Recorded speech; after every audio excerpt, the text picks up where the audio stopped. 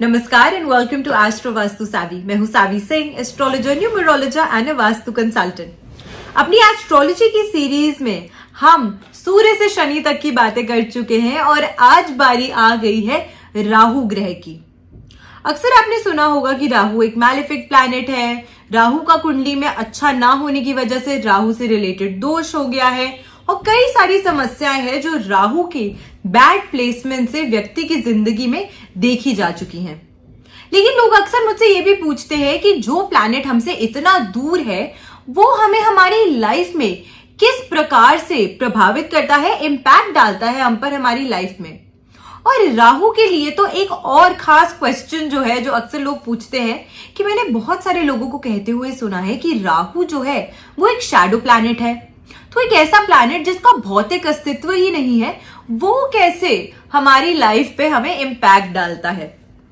आज की वीडियो में हम इन सभी क्वेरीज को और इन सभी क्वेश्चंस को इन डिटेल कवर करने का प्रयास करेंगे ताकि आप इस वीडियो के बाद और बेहतर तरीके से समझ सके कि ये प्लैनेट राहु जो है वो हर व्यक्ति को उसकी लाइफ में कैसे इंपैक्ट करता है। राहु की अगर हम बात करते हैं तो राहु की उत्पत्ति यानी कि राहु का जन्म बहुत ही ज्यादा यूनिक तरीके से हुआ था। समुद्र मंथन के टाइम पे जब सब देवताओं की और जितने भी असुर थे उनके बीच में लड़ाई हुई कि अमृत किसको मिलेगा, तो इस लड़ाई में एक दानव था जो कि भगवान विष्णु के मोहिनी अवतार से अट्रैक्ट नहीं हुआ था और बड़े ही चालाकी से उसने चंद्रमा का भेष धारण करके वो देवताओं की लाइन में जाके बैठ गया था।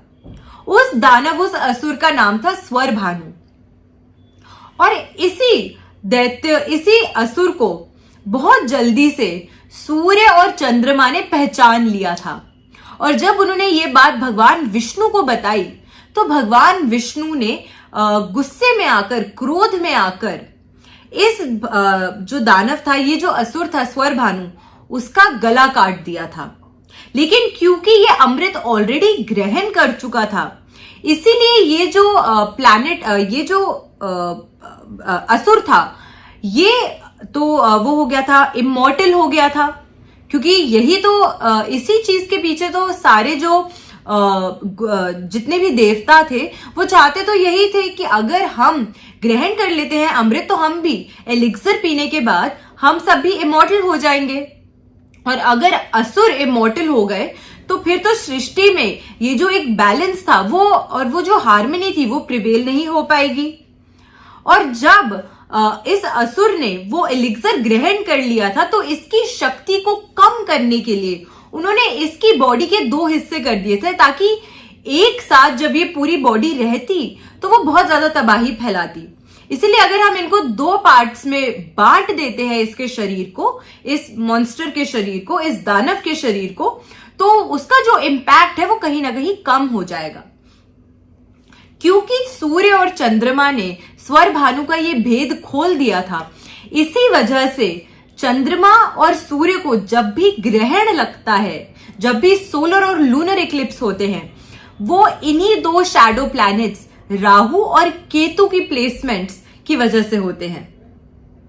इसीलिए ये जो शैडो प्लैनेट्स हैं इनका बहुत खास महत्व माना जाता है एस्ट्रोलॉजी के किंगडम में। एस्ट्रोलॉजी की स्पेसिफिकली जब हम बात करते हैं तो राहु एक छाया ग्रह है, एक मैलेफिक प्लैनेट है। क्योंकि जिस प्रकार से इसने छल किया, जिस प्रकार से इसके मन में ये इच्छा थी कि मैं सबको बेवकूफ बना दूं और खुद अमृत ग्रहण कर लूं, तो वो दिखाता है कि इसके अंदर जो क्वालिटीज थी वो पाप की क्वालिटीज थी। इसी वजह से इसे एक पाप ग्रह का दर्जा दिया जाता है। लेकिन वो व्यक्ति जो राहु से प्रभावित होते हैं उनका दिमाग बहुत तेज होता है, क्योंकि ये भी तो चतुर था, ये भी तो चालाक था, चाहता तो ये भी तो एंजॉय कर सकता था अपने सारे असुर फ्रेंड्स के साथ। जब वो बहुत सारा जब मोहिनी अवतार विष्णु जी ने धारण किया था तो उसके बाद में सारे जितने भी ये असुर थे वो सब एंजॉय करने लगे और उनके माइंड से ये चीज पूरी तरीके से स्किप हो गई कि हमें एलिक्सर ग्रहण करना है, हमें अमृत पान करना है। लेकिन राहु के अंदर एक क्वालिटी थी कि ये भटका नहीं, ये गुमराह नहीं हुआ, इसका जो फोकस था वो क्लियर था कि मुझे क्या काम करना है। इसीलिए वो व्यक्ति जो राहु से प्रभावित होते हैं वो भी बहुत ज्यादा, अगर उनका राहु वेल प्लेस्ड हो तो ऐसे व्यक्ति बहुत चालाक होते हैं, दिमाग के बहुत तेज होते हैं। इसीलिए राहु को एक बहुत ही यूनिक नंबर न्यूमरोलॉजी में और साथ में एक बहुत यूनिक प्लैनेट एस्ट्रोलॉजी में कंसिडर किया जाता है। राहु की जब हम बात करते हैं तो ये एक ऐसा ग्रह है क्योंकि इसका सर और धड़ अलग कर दिया गया था। राहु वो प्लैनेट है जिसका सिर्फ सिर है और बॉडी नहीं, यानी कि स्वर भानु के सिर के हिस्से को राहु के नाम से जाना जाता है। इसी कारण से ये जो प्लैनेट है ये व्यक्ति को बहुत चतुर बनाता है, बहुत चालाक बनाता है। किस प्रकार से मैं कौन सा तिगड़म लगा लूं जिससे मैं जो चीज हासिल करना चाहता हूं वो हासिल कर पाऊं। लेकिन यही प्लैनेट जब नेगेटिवली इंपैक्ट हो जाता है तो ऐसे व्यक्ति आसानी से भ्रमित हो जाते हैं, आसानी से गलत संगति का हिस्सा बन जाते हैं, फिर इनको कंट्रोल करना बहुत ज्यादा आसान हो जाता है। राहु वो प्लैनेट है जो कि एस्ट्रोलॉजी में अगर हम बात करें तो ऐसा माना जाता है कि जुए को यानी कि गैम्बलिंग को जो प्लैनेट गवर्न करता है वो राहु होता है। साथ में पॉलिटिक्स के क्षेत्र में अगर आप सक्सीड करना चाहते हैं तो पॉलिटिक्स के लिए जो मंत्री है या जो भी व्यक्ति पॉलिटिशियन बनना चाहता है वो अपने दिमाग से प्लानिंग करेगा और फिर वो प्लानिंग को एग्जीक्यूट करेगा ताकि जो वो चीज करना चाहता है वो पब्लिक के हित में हो। और ये दो जो कॉम्बिनेशन आता है पब्लिक के हित के लिए प्लानिंग करना, ये जो दो ग्रह इसका साथ देते हैं वो है राहु और शनि का कॉम्बिनेशन। तो अगर पॉलिटिक्स में सक्सीड करना चाहते हैं तो उसके लिए भी बहुत जरूरी है कि व्यक्ति का जो राहु है वो वेल प्लेस्ड हो।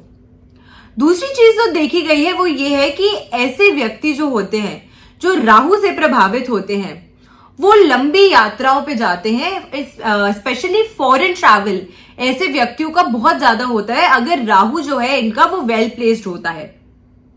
लेकिन राहु की एक बैड क्वालिटी ये है कि ये व्यक्ति की वाणी को बहुत कठोर बनाता है, यानी कि अगर किसी भी व्यक्ति के सेकंड हाउस यानी कि द्वितीय भाव जो कि वाणी का भाव होता है वहां पे राहु प्लेस्ड हो तो दो चीजें देखी गई है कि ऐसे व्यक्ति चेन स्मोकर्स होते हैं, क्योंकि राहु धुएं का कारक माना जाता है तो ऐसे व्यक्ति चेन स्मोकर्स होते हैं। और दूसरी चीज, ये जब बात करते हैं, जब ये बोलते हैं तो ये किसी भी चीज का परहेज नहीं रखते, ये कुछ भी सोचते नहीं है बोलने से पहले, जो इनके मन में आता है ये वैसे ही बोल देते हैं, चाहे सामने वाले के इमोशंस क्यों ना हर्ट हो जाए। तो ये अपनी बातों में बहुत ज्यादा कठोर हो जाते हैं, बहुत ज्यादा क्रूअल हो जाते हैं। फर्क होता है जब आप किसी व्यक्ति की भलाई के लिए उसे कुछ स्पष्ट बोले या आप किसी व्यक्ति को डिमीन करने के लिए उसको कुछ बुरा बोले। तो राहु उस हिस्से को गवर्न करता है जो कि दूसरे व्यक्तियों को डिमीन करने के लिए जब लोग मीन चीजें एक दूसरे को बोलते हैं, उस चीज को, उस तरीके की जो कॉन्वर्जेशन होती है उसको राहु गवर्न करता है। अब राहु जो प्लैनेट है, क्योंकि ये एक शैडो प्लैनेट है यानी कि इसका कोई भौतिक अस्तित्व नहीं है, इसीलिए राहु जो प्लैनेट है इसको कोई भी राशि नहीं दी गई है जिसका ये नियंत्रण करता है। लेकिन ऐसी मान्यता है कि राहु जो है वो शनि के ही जैसा काम करता है और इसी वजह से ऐसी मान्यता है कि जो राहु की जो राशि है जो कि शनि की मूल त्रिकोण राशि है यानी कि एक्वेरियस, उसको उस राशि में अगर राहु प्लेस्ड हो या उस राशि का अगर नियंत्रण कर रहा हो, उसको एस्पेक्ट दे रहा हो, तो ये एक फेवरेबल स्थिति मानी जाती है कुंडली में अगर राहु का किसी भी प्रकार से एक्वेरियस राशि जो है उसके साथ कोई कनेक्शन बन रहा हो। राहु एक ऐसा प्लैनेट है जो कि आपको या तो चतुराई देगा अगर आप की कुंडली में अच्छा राहु है, लेकिन यही राहु अगर आपकी कुंडली में मैलेफिकली इंपैक्टेड हो जाए, बैडली प्लेस्ड हो जाए, तो फिर ऐसे व्यक्ति आसानी से भ्रमित हो जाते हैं, आसानी से गलत रास्ता चुन लेते हैं, आसानी से फिर ये स्टॉक मार्केट में या फिर किसी भी प्रकार की शेयर मार्केट में इन्वेस्ट नहीं करेंगे, फिर ये गैम्बलिंग करेंगे, ये जुआ करेंगे, ये छोटे लेवल का गैम्बलिंग करेंगे, ये ऐसी एक्टिविटीज का हिस्सा बन जाते हैं ऐसे व्यक्ति जो कि नीच की एक्टिविटीज कंसिडर की जाती हैं। अगर मैं आम शब्दों में आपको समझाने का प्रयास करूं तो हर वो चीज जिसे बुरी नजर से देखा जाता है, जिसे बहुत ही अच्छा कंसिडर नहीं किया जाता, जिसे इलीगल कंसिडर किया जाता है, उस प्रकार के जो कार्य हैं उसे राहु गवर्न करता है। और स्पेशली अगर व्यक्ति का जो राहु है वो किसी भी प्रकार से पीड़ित हो जाए तो ऐसे व्यक्ति गलत एडिक्शंस में पड़ सकते हैं, गलत संगति का हिस्सा बन सकते हैं। इनको बहुत आराम से किसी भी प्रकार की बुरी लत, बुरी आदत आराम से लग सकती है। न्यूमरोलॉजी में अंक 4 को राहु प्रभावित करता है और ये एक अंक है जो देखा गया है जिसको बहुत ज्यादा अच्छे रिजल्ट्स अपनी लाइफ में नहीं मिलते हैं। इनफैक्ट एज ए न्यूमरोलॉजर अक्सर लोग मुझे कहते हैं कि मैम हमारा 8 अंक है और हमें ऐसा लगता है कि हम अपनी लाइफ में बहुत स्ट्रगल करते हैं, लेकिन मैं उन्हें ये कहती हूँ कि आप किसी ऐसे व्यक्ति से मिलिए जिसका अंक 4 हो, वो आपको समझा पाएगा कि एक्चुअली लाइफ में स्ट्रगल करना क्या होता है। 4 अंक को हम न्यूमरोलॉजी में बहुत ज्यादा अच्छा कंसिडर नहीं करते हैं क्योंकि ऐसे व्यक्तियों की लाइफ में हमेशा सडनली उथल पुथल मची रहती है। तो राहु से जो व्यक्ति प्रभावित होते हैं और ऐसे राहु से जो कि वेल प्लेस्ड ना हो, अक्सर देखा गया है कि ऐसे व्यक्तियों की लाइफ में बहुत सारे सडन चेंजेस आएंगे, ऐसे चेंजेस आएंगे जो उनकी पूरी प्लानिंग को तहस नहस कर देंगे। जो भी उन्होंने सोच रखा था कि मुझे इस तरीके से कुछ भी कार्य करना है, वो कभी भी एक प्लान को फॉलो नहीं करने देगा। वो सडनली आपकी लाइफ में बहुत सारे चेंजेस ले आता है। जब हम राहु किस प्रकार की हेल्थ डिजीजेस आपकी लाइफ में ला सकता है, अगर राहु आपका कमजोर हो, उसकी बात करते हैं तो अक्सर देखा गया है कि पेट में कीड़े हो जाते हैं। ऐसा सुना होगा आपने बहुत सारे लोगों को। ये एक समस्या है जो राहु के कमजोर होने की वजह से अक्सर व्यक्तियों में देखी गई है। दूसरी चीज, कोई भी ऐसा डिजीज जिसे फर्स्ट गो में डॉक्टर्स इनक्योरेबल कह देते हैं। वैसे तो आजकल साइंस बहुत एडवांस हो गई है और ऑलमोस्ट हर डिजीज का इलाज डॉक्टर्स आज ढूंढने के लिए सक्षम है, टेक्नोलॉजी आज ढूंढने के लिए सक्षम है। लेकिन फिर भी ऐसे डिजीजेस जो कि लॉन्ग समय तक प्रिवेलिंग हो या जिसकी वजह से बहुत ज्यादा व्यक्ति को दिक्कतों का सामना करना पड़े, जैसे कि लेप्रेसी यानी कि कुष्ठ रोग या फिर कैंसर, इस प्रकार की जो बीमारियां होती हैं उनको भी राहु गवर्न करता है। दूसरी चीज जो देखी गई है वो यह है क्योंकि राहु जो है वो माइंड का कारक है, वो आपके माइंड को एक तरीके से गवर्न करता है और मैलेफिकली गवर्न करता है। देखा गया है कि अगर व्यक्ति का जो राहु है वो बहुत ज्यादा पाप ग्रहों से प्रभावित होता है या फिर ऐसे स्थान में बैठा हुआ है जहां पे वो पूरी तरीके से पीड़ित है, ऐसे व्यक्ति पागलपन का शिकार हो सकते हैं।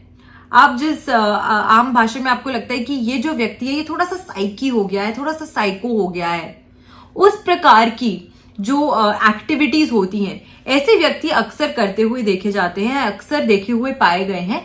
ऐसे व्यक्तियों का जो राहु होता है वो किसी न किसी प्रकार से पीड़ित होता है। ये व्यक्ति को एक प्रकार से एडिक्टिव बनाता है। ये किसी भी चीज के प्रति अगर आप एडिक्ट हो जाए, अगर आप एडिक्ट हो जाए, अगर आपको एडिक्शन हो जाए तो वो बुरी ही है, चाहे वो अच्छी ही चीज क्यों ना हो। अगर कोई व्यक्ति अपने कार्य के प्रति, अपने काम के प्रति भी अगर एडिक्ट हो जाए, एडिक्टिव तरीके से काम करे, तो उसको भी लोग अच्छा नहीं कंसिडर करते हैं। वर्कोहॉलिक होने का भी एक दायरा होता है। अगर उसको भी किसी प्रकार से व्यक्ति एक्सीड कर देता है तो उसको भी एक अजीब नजरिए से देखा जाता है। कहते हैं ना, excess of anything is bad.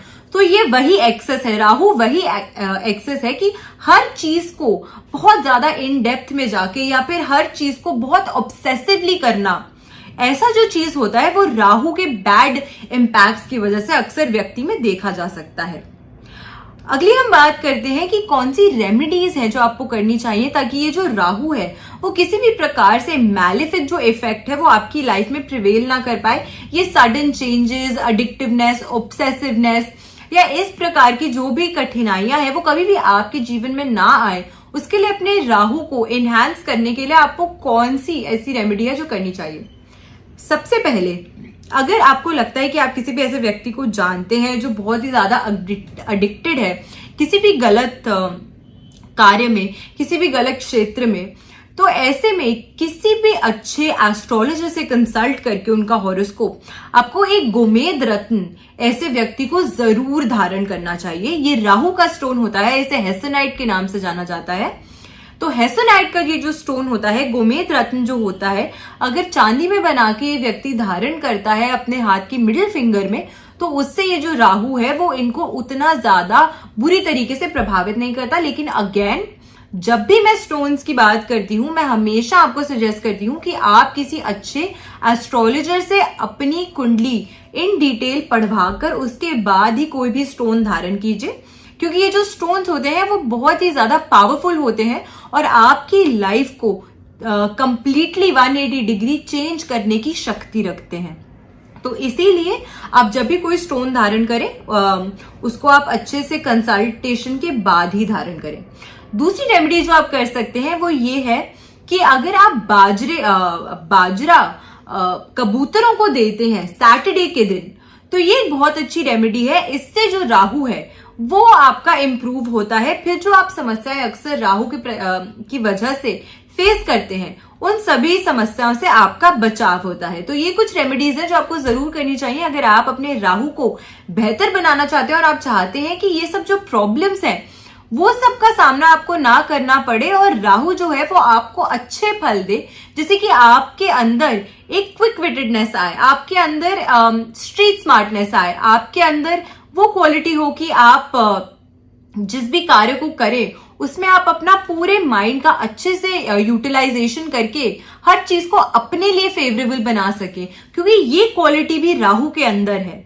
तो अच्छी क्वालिटीज राहु की आपकी लाइफ में मैनिफेस्ट हो, ना कि बुरी क्वालिटीज। तो उसके लिए इन रेमेडीज को जरूर कीजिएगा और साथ में इस वीडियो को और जरूर शेयर कीजिएगा लोगों के साथ, ताकि वो भी जान सके कि किस प्रकार से वो राहु के अच्छी जो क्वालिटीज है उनको अपनी लाइफ में मैनिफेस्ट कर सके। ऐसी अच्छी वीडियोस के साथ फिर से लौट कर आएंगे हम इसी YouTube channel astro vastu savvy पर। अपना प्यार मेरे यूट्यूब चैनल तक यूं ही पहुंचाते रहिएगा। नमस्कार।